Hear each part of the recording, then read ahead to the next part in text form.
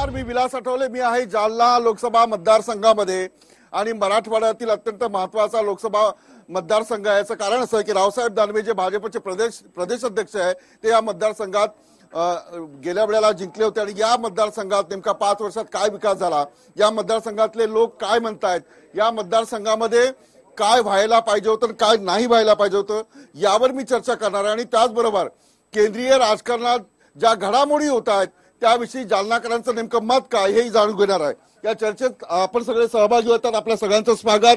आपण सगळ्यांनी टाळ्या वाजवून हा कार्यक्रम सुरू झाल्याचं चला म्हणजे जोशात आहेत. कार्यक्रमापूर्वी माझ्याशी खूप थोडासा वाद घातला पण हेही चालत असतं. राजकीय नेता आणि पत्रकार याच्यामध्ये होत असतं. या चर्चेत सहभागी होतात पंडित भुतेकर, शिवसेनेचे प्रतिनिधी या चर्चेत सहभागी होतात. गजानन जी या चर्चेत स्वाभिमानी शेतकरी संघटनेकडून सहभागी होतात. नारायणजी कुचे भाजपचे अध्यक्ष या चर्चेत सहभागी होत आहेत. आमदार कुचेजी, भाऊसाहेब देशमुख काँग्रेस पक्षाचे या जिल्हाध्यक्ष या चर्चेत सहभागी होतात. आणि सगळ्यात महत्वाचं राष्ट्रवादी काँग्रेसचे मातब्बर नेते या चर्चेत सहभागी होतात. आमच्या टेक्निकल जागा कमी असल्यामुळे ही सगळी व्यवस्था असते. मी चर्चेला सुरुवात करतो. जो जीता वही सिकंदर असं म्हटलं जातं आणि जो जिंकला त्याचा मान राखला जातो. म्हणूनच पहिला प्रश्न आमचा भाजपच्या प्रतिनिधीला असतो की नेमक्या 5 वर्षात जालनाकरांसाठी नेमकं काय दिलं, 5 वर्षात तुम्ही काय दिलं की जेणेकरून येणारी निवडणूक भाजप जिंकून दाखवेल. अगदी मुद्देसूद सांगा. भारतीय जनता पार्टीचा हा बालेकिल्ला आहे. पहिल्यांदा 8 वेळेस भारतीय जनता पार्टीचे खासदार या जालना जिल्हा लोकसभेने निवडून दिले. प्रथम तो मी विरोधात असताना सुद्धा 4दा आदरणीय दादाला निवडून दिलं. आदरणीय रावसाहेबजी दानवे आज प्रदेशाचे अध्यक्ष, त्यांच्यासाठी सगळ्यात मोठं योगदान ह्या जालना जिल्ह्यामध्ये की जे गेल्या 50 वर्षात या जालना जिल्ह्यात काम नाही झालं तेवढा विकास जालना जिल्ह्यामध्ये आदरणीय रावसाहेब दानवे पाटील. तुम्ही जर शहराचा विकासाच्या बाबतीत जर विचार जर केला, लोकसभा मतदारसंघ जेवढे लोकसभा मतदारसंघ विधानसभा बदनापूर विधानसभा असेल का जालना विधानसभा असेल, एकूण 6 विधानसभा, औरंगाबाद संभाजीनगरच्या 3 विधानसभा आहे, सिल्लोड, पैठण आणि फुलंब्री, आणि जालना जिल्ह्याच्या 3 आहे, जालना, बदनापूर आणि भोकरदन विधानसभा. ह्या 6 विधानसभेचा मिळून हा लोकसभा आहे. याच्यामध्ये तुम्ही जालना जर प्रॉपर शहराचा जर विकासाच्या बाबतीत जर आपण जर विचार केला तर तुम्हाला माहिती आहे कोणत्याही इथल्या किंवा जालना शहराच्या नागरिकाला विचारलं पाहिजे की या शहराच्या रस्त्याच्या बाबतीतली परिस्थिती काय होती. इथं पहिल्यांदा आदरणीय 2016 मध्ये रस्ते चांगले झाले. चला 5 वर्षात रस्ते चांगले झाले. आरोग्य कसं मला सांगा. जालन्याचं आरोग्य दळणवळणाची साधण्यासाठी तुम्ही अंबड पाचोड जो रस्ता आहे, जो वडीदोदरी अंबड आणि जालना हा जो रस्ता आहे हा खूप दिवसापासून निजाम काळात हा झाला होता. हा सिमेंट रस्ता हा झाला. जसं 2009 मध्ये काही चॅनलवाल्यांनी चाललेलं होतं की भोकरदन, राजूर आणि जालना हा रस्ता हा कधीच नाही झाला. पण आदरणीय दानवे साहेबांनी तो सुद्धा ठीक आहे. म्हणजे रस्त्याचं काम कधी झालं नव्हतं ते या 5 वर्षात झालं. ठीक आहे. मी आणखी मुद्द्यावर चर्चा करू. पण आता गेल्या वेळेला जे 2 नंबरचे उमेदवार होते ते काँग्रेसचे होते. काय नेमकं झालं मला सांगा. याच्यामध्ये किती बोलण्यामध्ये किती तथ्य. हा यांचा जो विषय आहे, तुम्ही जुमलेबाज मोदीपासनं तर खालपर्यंत सगळेच जुमलेबाज आहेत. आणि तुम्ही आता बघितलं आल्याला जे यांचा आवाज वाढला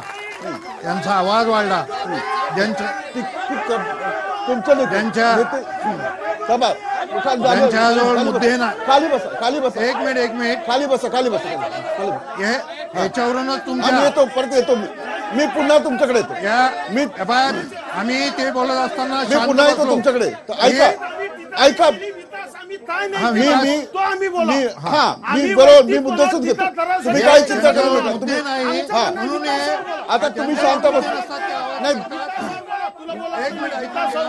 एक मिनिट ऐका. हे बघा हे काय बोलतात हे तुम्ही ऐकल्याशिवाय तुम्हाला उत्तर नाही देता येणार, त्यांना उत्तर नाही देता येणार. त्यामुळे तुम्ही ऐकून घेतलं पाहिजे. आता हे काय बोलतात हे तुम्ही ऐकून घेतल्याशिवाय ते काय करणार नाही. चला ठीक आहे. शेतकरी चारा छावणीतील चला चला ठीक आहे. या ठिकाणी शेतकऱ्यांनी चारा छावणीला दावणीला म्हणजे चारा छावणीला नको दावणीला बांधा. ठीक आहे. आता हा ठीक बसा. मी येतो तुमच्याकडे. आपला कार्यक्रम आहे, चर्चेचा कार्यक्रम आहे, हा काय मोर्चा नाहीये. बरोबर, तुम्ही बोललात, तुमचे मुद्दे आले तरच लोकांना कळेल. बरोबर, ठीक आहे. आता थोडं मागे व्हा. मागे व्हा, कारण हे कुठं याला हे झालं तर लोकांना पडेल. मी तुमच्याकडे येतो. चला ठीक आहे. ठीक आहे. अगदी थोडक्यात सांगा, मग मी यांच्याकडे उत्तर घेतो. चला एक कोण बोलणार आहे एक चला थांबा. 9 दिवस उपोषण केलं ह्या गाईच्या चाऱ्यासाठी जिल्हाधिकारी कार्यालयासमोर, पण या सरकार पक्षाच्या कुठल्याही पक्षाच्या नेत्यांनी कुणीही लक्ष दिलेलं नाही. आणि आजही जालना जिल्ह्यात गायी आणि जनावरे चाऱ्या वाचून मरतायत, शेतकरी त्यांना विकतायत. खूप महत्वाचा प्रश्न आहे. आपण इकडे चर्चा करत असताना म्हणजे आता ठीक आहे, तुमचं उत्तर मी नंतर घेतो. पण मला सांगा की एवढी वाईट परिस्थिती, एखाद्या कार्यक्रमात शेतकरी येतात, तुम्ही 7-12 कोरा करा, कर्जमाफी करा, शेतकऱ्यांना दिलासा द्या असं म्हणत होतात. येतो तुमच्याकडे. बोला तुम्ही बोला तुमचा आवाज जातो. आवाज जातो तुमचा. हे बघा, सरकार म्हणून शिवसेना महाराष्ट्रामध्ये सत्तेमध्ये आहे आणि नक्कीच खोतकर साहेब पशुसंवर्धन मंत्री आहेत. त्या चाऱ्याचा प्रश्न त्यांनी मुख्यमंत्री महोदयाकडे लावून धरलेला आहे आणि दावणीला चारा द्या अशी खोतकर साहेबांची भूमिका आहे. नक्कीच मुख्यमंत्री मान्य करतील असा आम्हाला विश्वास आहे. चला ठीक आहे. आता तुम्ही शेतकरी नेते आहात, तुम्ही शेतकऱ्याचे तुमचे कार्यकर्ते आहेत का हे? मग त्यांना सांगा मागे जायला सांगा त्यांना. आपली शिस्त शेतकरी मागे जायला सांगा त्यांना. आपण त्याच मुद्द्यावर बोला. मला आपण शांत मागे व्हा. आता सकारात्मक चर्चा झाली निषेध केला, मागे व्हा. आवाज पडला तरी आपल्या कार्यकर्त्यांना गोंधळ करता कामा नाही. विचारावर विकासावर आपल्याला चर्चा करायची, आपण करूया. आपल्याला ते प्रश्न शांत धरा. चला ठीक आहे. इकडे जाऊ द्या. तुमचा निषेध झाला, मुद्दा कळलेला आहे, तुमचे नेते स्टेजवर आहेत. ठीक आहे. आम्ही सगळे पत्रकार तुमच्या सोबत आहोत. चला. आणि हा रोष जो आहे तो शेतकऱ्यांचा या इथे पाहायला मिळतोय. साहजिकच जे खासदार आहे, जे सरकार आहे, त्याला प्रश्न विचारले जातील. कुचे साहेब, एवढा रोष आहे म्हणजे त्यांनी जे म्हटलं की दावणीला तुम्ही चारा द्या, हे सरकारला करता येत नाहीये. महाराष्ट्रामध्ये पहिल्यांदा देश स्वतंत्र झाल्यानंतर पहिल्यांदा दुष्काळ घोषित करण्याचं काम महाराष्ट्राच्या मुख्यमंत्र्यांनी केलंय 31 ऑक्टोबरला. पूर्वी कधी नाही झालं. माझं बोलणं झाल्यावर यांना बोलून द्या. बिलकुल ऐकून घ्या. मी येतो तुमच्याकडे. आमचं बोलणं झाल्यावर आम्ही बोला. आमच्या बोलताना ते बोलतात. आम्ही त्यांना बी शांत. लक्षात घ्या तुम्ही. त्याच्यानंतर सरकारनं निर्णय घेतला, जिथं कलेक्टर साहेबांकडे निर्णय आला की तुम्ही छावणीला मागते तर आम्ही छावणीला पैसे द्या, छावण्यासाठी चारा उपलब्ध करून द्यायला. जर काही शेतकऱ्यांनी पशु ऐकून घ्या तुम्ही माझी येतो तुमच्याकडे.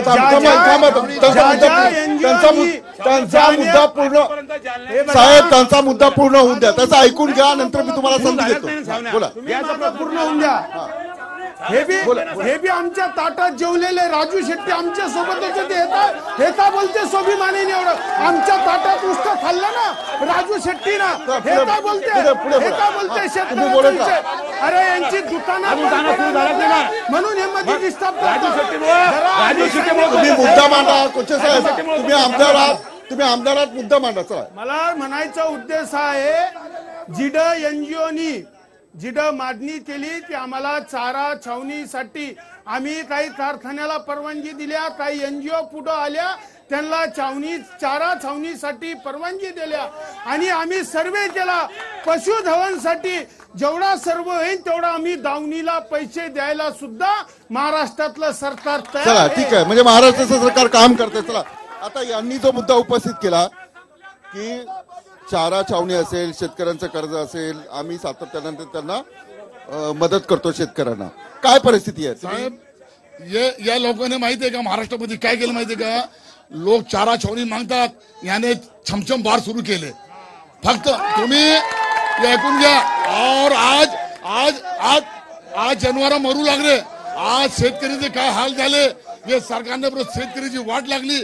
खरं बोलत जुमलेबाजी फेकाफेकी सरकार. ठीक आहे ना. मला नेमकं काय आहे, आमदार काय सांगतो, कि निजाम देखो ये साहब निजाम सरकार का ये निजाम या बोलतोय निजामकालीन रस्ता झाले होते निजामाने की देश असा स्वतंत्रपणापासून रस्ते झाले नाही आता याने रस्ता केले आता हा ठीक आहे आता मी सामान्य माणूस जो आहे त्यांच्याकडे जातो मला हे सांगा तुम्ही राष्ट्रवादी काँग्रेसचे नेते त्यांचं म्हणणं ऐकलं तर मग तुम्ही कशावर बोलायचं तुम्हाला कशावर बोलायचंय कशावर बोलणार हा बोला शेतकऱ्यांची काय परिस्थिती आहे चला आपण सत्ताधारी पण ऐकलं विरोधक पण ऐकलं शेतकऱ्यांची परिस्थिती अशी आहे पूर्वीच्या सरकारने जे नाही केलं ते आम्ही करून दाखवणार म्हणून भारतीय जनता पार्टीचं सरकार सत्तेमध्ये आलं पण फारसा काही बदल दिसला नाही सर्वसामान्य शेतकऱ्याचं एकच वाक्य आहे या भारतीय जनता पार्टीनं गाईला वाचवा आणि बाईला नाचवा ही योजना सुरू केली दुसरं काही नाही केलं चला ठीक आहे आता इथे तुम्ही कुठल्या पक्षाचे आहेत तुम्ही चला पक्षाचे नाहीये तुम्ही मला सांगा हे काय राहील जालन्याचं काय राजकारण होत असतं जालन्याचं राजकारण जे साहेब सगळ्या पार्टीचे नेते आहेत हे आपापसात मिळाले आहेत आणि सगळ्यात महत्वाचा मुद्दा असा आहे की दुष्काळ पडून जुलै महिन्यापासून दुष्काळ आहे चारा छावणीला नाही लावणीला सुद्धा नाही मात्र मुंबईत लावणीला मात्र चारा चालू आहे आणि ते महाराष्ट्राच्या दृष्टीने दुसरी एक महत्वाची बाब अशी आहे हा जो गोंधळ लोक करतात ना या गोंधळामुळे सगळं देशाचं नुकसान व्हायला लागलंय मोदी चोर नाही पण त्याच्या हाताखालचे मात्र चोर आहेत आणि सगळ्यात महत्वाचं भाजपचं सरकार आल्यापासून चला ठीक आहे खूप महत्वाचा मुद्दा मांडला ठीक आहे आणि मला ब्रेक घ्यायचा आहे अत्यंत महत्वाचा मुद्दा त्यांनी मांडला कुठल्या पक्षाचे नाही आहेत चारा नाहीये पण इतर ठिकाणी मात्र चारा पोहोचतोय चर्चा सुरू होणार आहे का ब्रेक नंतर पुन्हा एकदा स्वागत खूप चांगली चर्चा सुरू आहे आमदार पक्षाचे प्रतिनिधी त्यांच्यामध्ये चांगलं खेळीमेळीचं वातावरण आहे मुद्दे मांडले जातात फक्त आवाज घोषणाबाजी कमी करा म्हणजे तुम्हाला जास्त बोलताय मला सगळ्यांकडे जाता आलं आता सगळ्यात महत्वाचं या बजेटमध्ये काल मोदी सरकारने आपलं बजेट देशापुढे ठेवलेलं आहे त्या बजेटमध्ये शेतकऱ्यांना वर्षाला 6,000 रुपये खात्यामध्ये टाकण्याचा घोषित केला किती लोकांना हा निर्णय आवडलेला आहे सांगा चला आता हात खाली ठीक आहे हात खाली आता किती अरे तुम्हाला आवडलाय मग हात कशाला वरती किती लोकांना हा निर्णय आवडला नाही त्यांनी हात वरती करा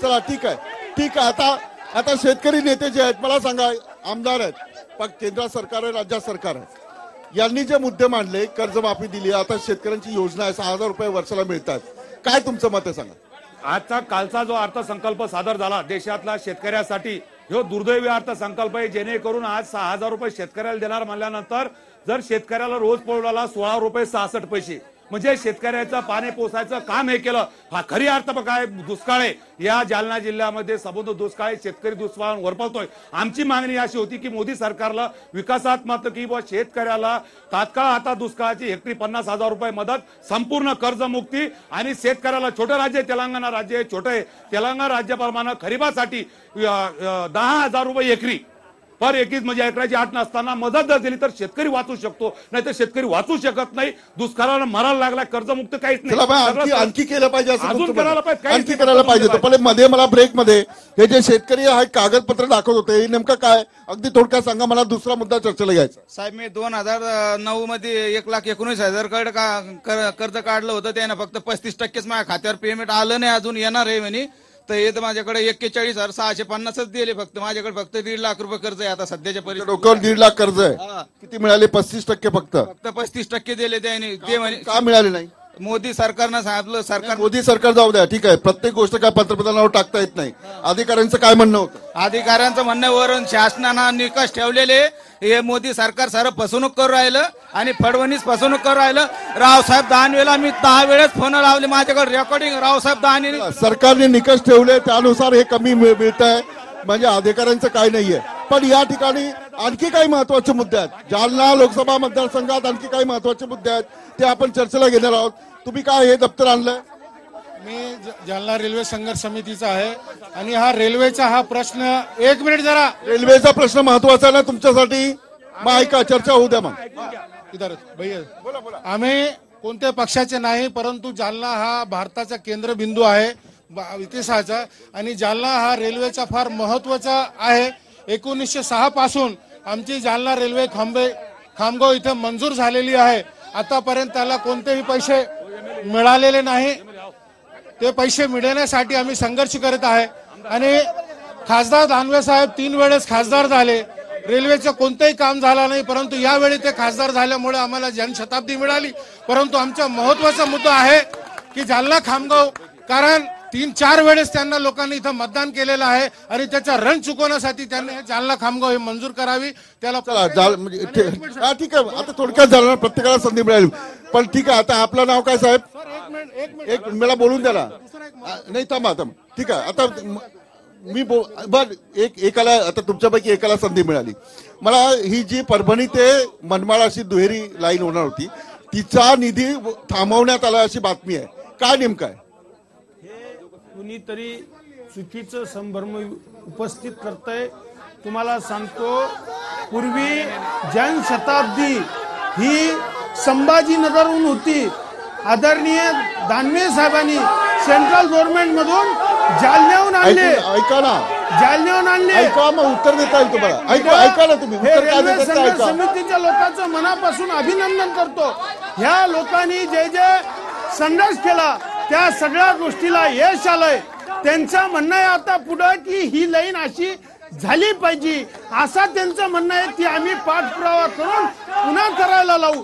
दुसरी गोष्ट, सेंट्रल गव्हर्नमेंट मध्ये मोदीजी इथं पासपोर्टचं ऑफिस नव्हतं, ते पासपोर्टचं ऑफिस सुद्धा देण्याचं काम आदरणीय रावसाहेब दानवे पाटलांनी केलं. हे सुद्धा मोदीजीच्या सरकारच्या काळात. ठीक आहे. हे कधी नाही झालं.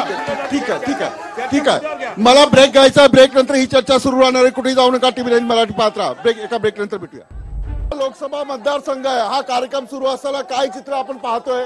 संपूर्ण महाराष्ट्र हा कार्यक्रम बघतोय आणि इथे या ठिकाणी या स्टेजवर काँग्रेसचे एक प्रवक्ते असताना, नेते असताना, दुसरे नरेश गोरेंटल हे आले. त्यांना आम्ही संधी दिली, पण ते या कार्यक्रमात बसले नाही. दोन्ही काँग्रेसचे नेते निघून गेलेले आहेत.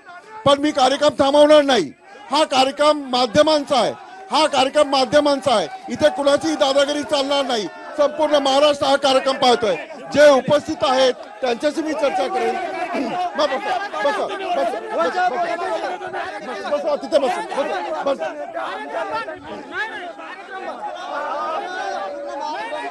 तुम्ही बसा तिथे बसा. तुमचे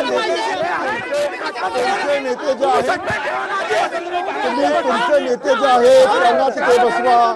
तुम्ही बसवा तिथे. तुम्ही काँग्रेसचे चला काँग्रेसचे नेते इथे बसून आपली चर्चा करू शकतात. काँग्रेसचे नेते जे आहेत ते या ठिकाणी बसून चर्चा करू शकतात. मुद्दे मांडा. आप बैठिए. आप कांग्रेस से आप वहाँ बैठिए. आप हाँ आता मला सांगा तुमचा हा कार्यक्रम बीजेपीने आयोजित केला का? तुम्ही सर्व पक्षीय नेते बोलवले ना. तुम्ही 2 मिनिट ऐका. तुम्ही 1 मिनिट थांबा. 1 मिनिट ऐका. 2 मिनिट ऐका. तुम्ही सर्व पक्षीय इथं नेते बोलवले. एकतर तुम्ही काँग्रेस आणि राष्ट्रवादी आघाडीच्या सर्व पदाधिकाऱ्याला आम्हाला कल्पना दिली नाही. आम्ही जे काही कार्यकर्ते इथं आलो, तुम्ही आम्हाला इथं जागा देईना बसायला. बबलू सेटन आम्ही समोर आणि 2 मिनिट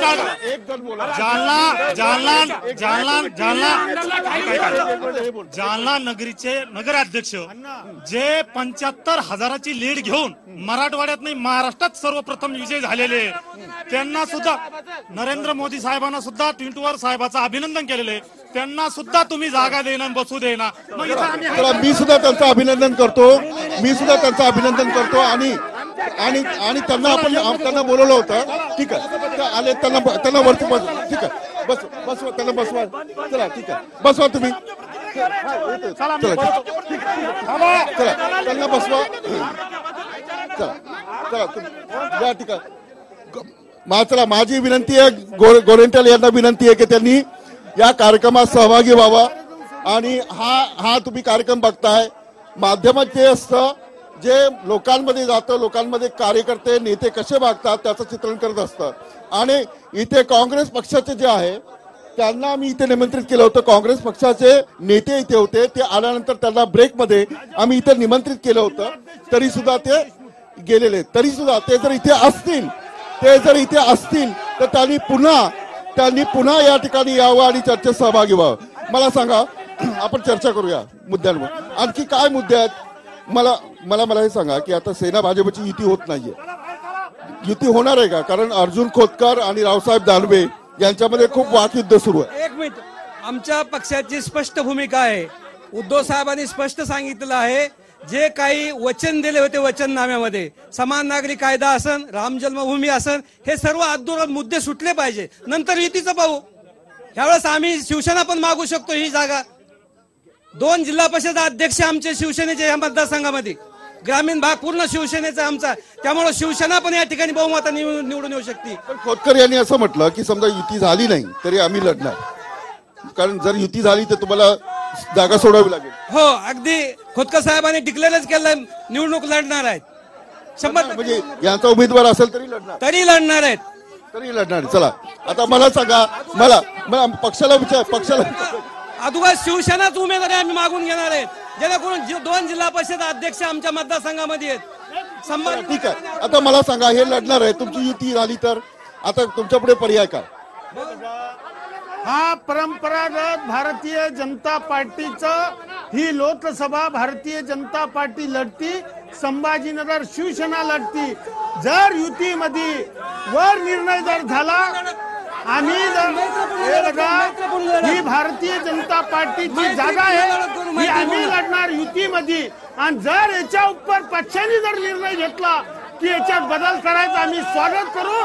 पण यांना विचारा, जर युतीमध्ये ही भाजपला जर जागा सुटली तर आम्ही कोणाकडून लढणार हे पहिले विजय. माझा आणखी एक वेगळा प्रश्न आहे, युती असताना तुम्ही का लढणार आहे? मला सांगा, काय कारण आहे की यांनी कामं नाही केली? हे बघा, अनेक वेळेस निवडणुका आहे मैत्रपूर्ण होऊ शकतात. आम्ही मैत्रपूर्ण लढू या ठिकाणी. युती जर झाली तर आम्ही तर शिवसेनेच जागा मागू, नाहीतर मैत्रपूर्ण निवडणूक. आणि तुम्हाला जागा मिळाली नाही त्याचा बघा, जिंकून येऊ.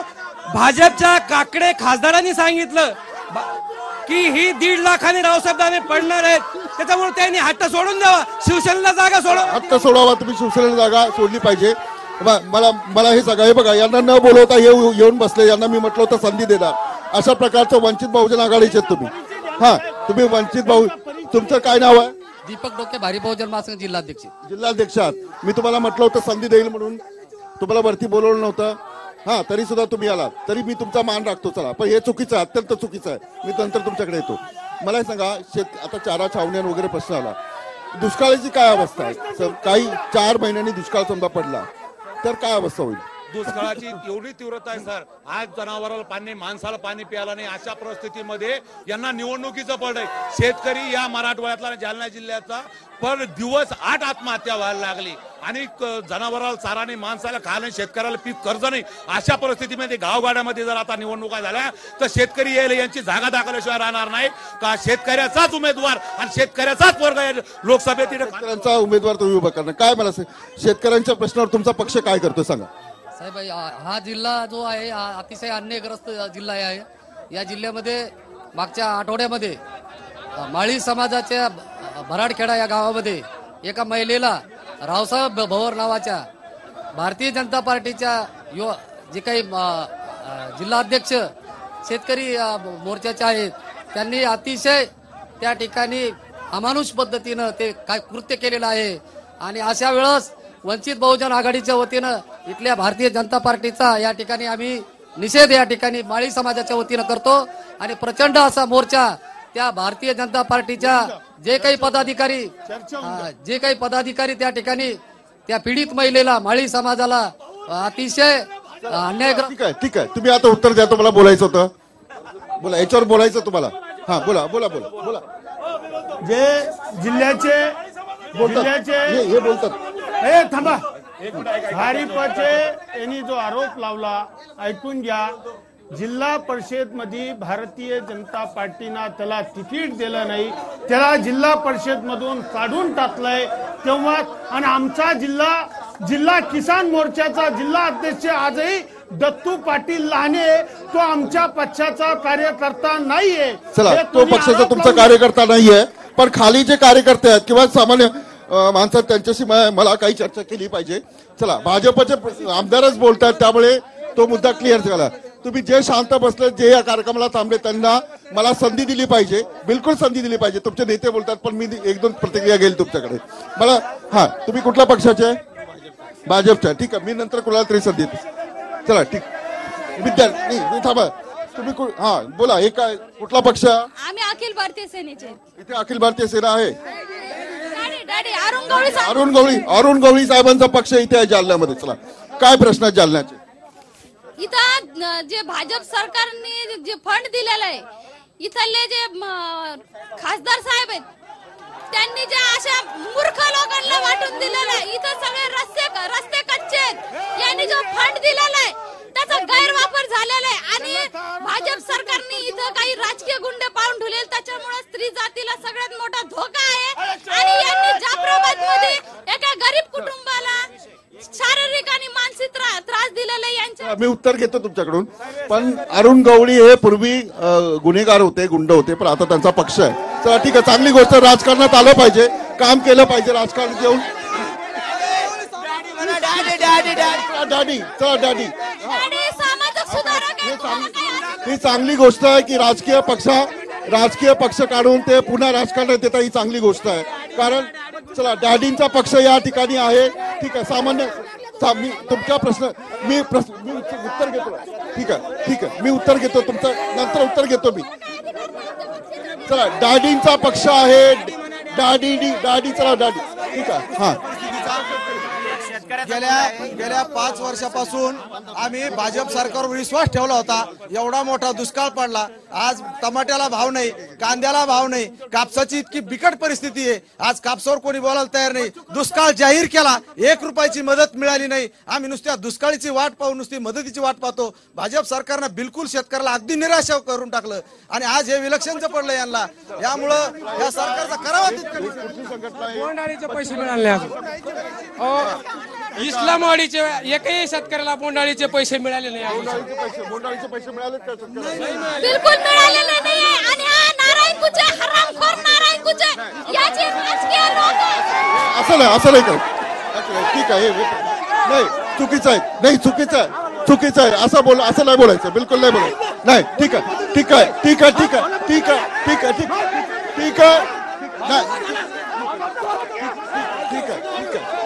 नाही, चुकीचं आहे, अत्यंत चुकीचं. अशा प्रकारची चर्चा जी आहे तिथे व्हायला नाही पाहिजे. नाही, घेतील. हा जो कार्यक्रम प्रयत्न या ठिकाणी करण्यात येतोय आणि चक्क खुर्च्यांची फेकाफेकी देखील हे कार्यकर्ते एकमेकांच्या विरोधात करतायत आणि जोरदार अशी घोषणाबाजी करत हा कार्यक्रम उधळण्याचा प्रयत्न या कार्यकर्त्यांच्या मार्फत होतोय. या ठिकाणी आपण बघतोय भाजपचे देखील कार्यकर्ते या ठिकाणी दृश्यांमध्ये दिसत आहेत. खुर्च्या उधळवण्याचा प्रयत्न झालेला आहे आणि काँग्रेसचे कार्यकर्ते जे आहेत ते देखील या ठिकाणी घोषणाबाजी करत होते, बसू दिलं नाही.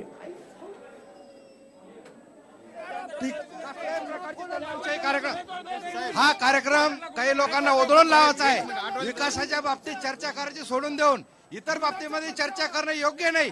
आज जिल्ह्याच्या विकासासाठी जिल्ह्याचे प्रश्न प्रलंबित आहे.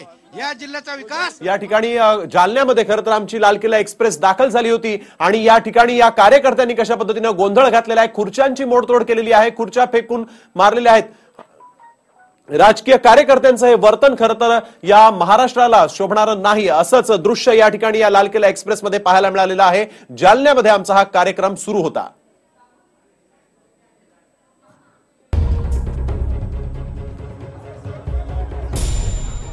ब्रेकनंतर पुन्हा एकदा स्वागत. जालन्याच्या लोकसभा मतदारसंघात चर्चा सुरू असताना कुणी काय केलं याचं चित्रीकरण झालेलं आहे.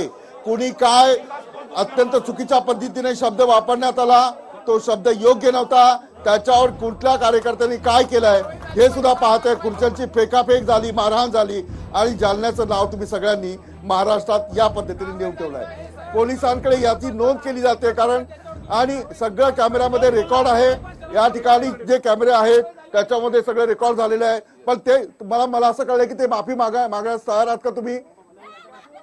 अजूनही त्या अशा प्रकारचे शब्द वापरून जे कार्यकर्ते आहेत ते माफी मागत नाहीयेत आणि अशा प्रकारचे शब्द वापरणं अत्यंत आमच्या आणि या वेळेला अर्जुन खोतकर मंत्री जे आहेत अर्जुन खोतकर या चर्चेत सहभागी होतात. अर्जुन खोतकर जी आपलं स्वागत. तुमच्या या जालन्यामध्ये हे जे चित्र पाहायला मिळत आहे म्हणजे शब्द चुकीचा वापरायचा, चर्चा करायची असते आणि त्याच्यावर अशा प्रकारची खुर्च्यांची प्रतिक्रिया जी आहे ती व्यक्त करायची. या काय म्हणाल तुम्ही? हॅलो अर्जुनजी बोला. अर्जुनजी, तुमच्या जालन्याच्या या लोकसभा मतदारसंघात माध्यमांची चर्चा सुरू असताना अशा प्रकारचा गोंधळ जो आहे तो लोकांच्या मनात काय निर्माण करेल मला हे सांगा. मी आता महा एक्सपो पशुधन कार्यक्रमात आहे.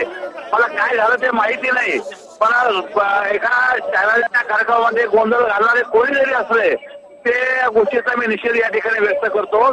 पण मी आता माहिती घेऊन मी आपल्याशी बोलेल. मला काही माहिती नाही. मी पशुधन एक्सपो मध्ये आता आहे. इथं हजारो लोक आलेले आहेत, त्यामुळे मी त्यांच्या व्यवस्थेमध्ये गुंतलेलो आहे.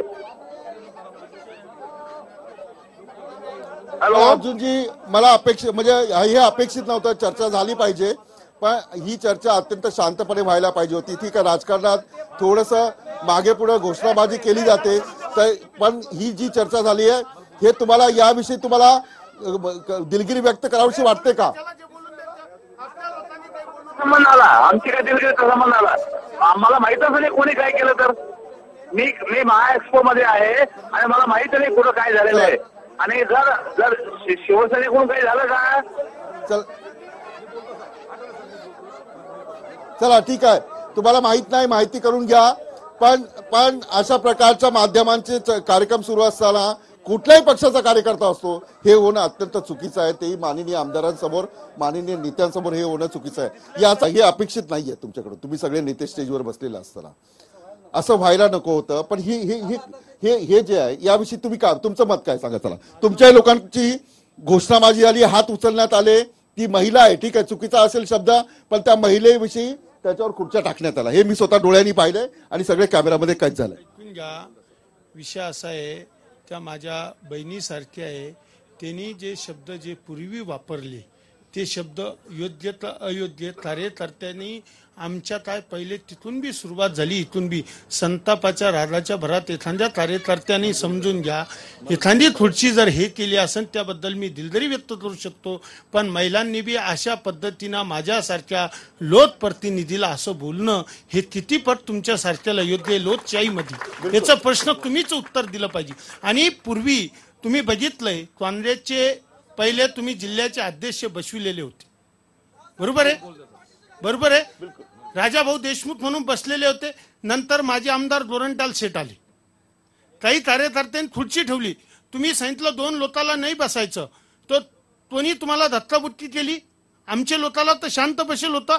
पण तुम्ही ह्या गोष्टीचं जरा आत्मचिंतन केलं पाहिजे आणि कोणी कसं बोललं पाहिजे. लोकशाही प्रत्येकाने मर्यादा सांभाळली पाहिजे. ठीक आहे. या घटनेचा लोकशाहीचा चौथा आधारस्तंभ आणि शेतकऱ्याच्या गावगाड्यातल्या सर्व जनतेच्या घरापर्यंत पोहोचण्याचा हा संदेश होता. विकासाची चर्चा सोडून ही चर्चा दुसरीकच भलटा गेली. जाणून बुजून हा कार्यक्रम झाला. ही जी घटना झाली या घटनेचा मी तीव्र निषेध करतो. कारण ही योग्य घटना आणि लोकशाही चर्चा व्हायला पाहिजे. विरोधासाठी विरोध करायला पाहिजेत, पण विरोध कसा व्हायला पाहिजे, चर्चाचा झाला पाहिजे. एकूणावर द्वेषमताचा विचार नको, विरोध नको. चर्चा ही विकासावर झाली पाहिजे, विरोधावर झाली. आम्ही आरोप करतोय भाजपवर, सरकारवर, देवेंद्र फडणवीस सरकार करतो. शेतकरी मरायला लागलाय, शेतकरी मोठे खुश येतो, शेतकऱ्याला जगवलं पाहिजे. हा आमचा आरोप आहे. सरकारच्या विरोधात आहे, कोण्या व्यक्ती विरोधात नाही. आणि व्यक्ती विरोधात दोष असायलाच नकोय या गोष्टीचा. ठीक आहे, आता मला सांगा, हे तुमच्यामध्ये हे असं नेहमी होत असतं का? असं हे जालन्याचं काही असं चित्र, जालना असंच आहे का? जालना असं नाही. जालना सोने का पालना म्हणते. जालना हे शांततेचं शहर आहे. हे आगंतुक झालं. आता याच्यावर पडदा टाकण्यात येऊन पुढे चालव. चला ठीक आहे, पण अशा प्रकारचं वातावरण तयार व्हायला नाही पाहिजे. आणि या सगळ्या प्रकाराचा ज्यांनी शब्द उच्चारले ते पाठी घेत नसले तरी TV9 मात्र या शब्दांचा अत्यंत तीव्र शब्दात निषेध करतोय आणि ज्यांनी खुर्च्या फेकल्या आणि जे महिलेच्या अंगावर गेले त्याचाही TV9 निषेध करतोय. अशा प्रकारची चर्चा होत नाही. राजकारणात हे जर असं वाढत राहिलं तर कदाचित या देशाला चांगले खासदार चांगले आमदार मिळू शकणार नाहीत. मी कार्यक्रम इथेच थांबवतो. आपण पाहत राहा TV9 मराठी.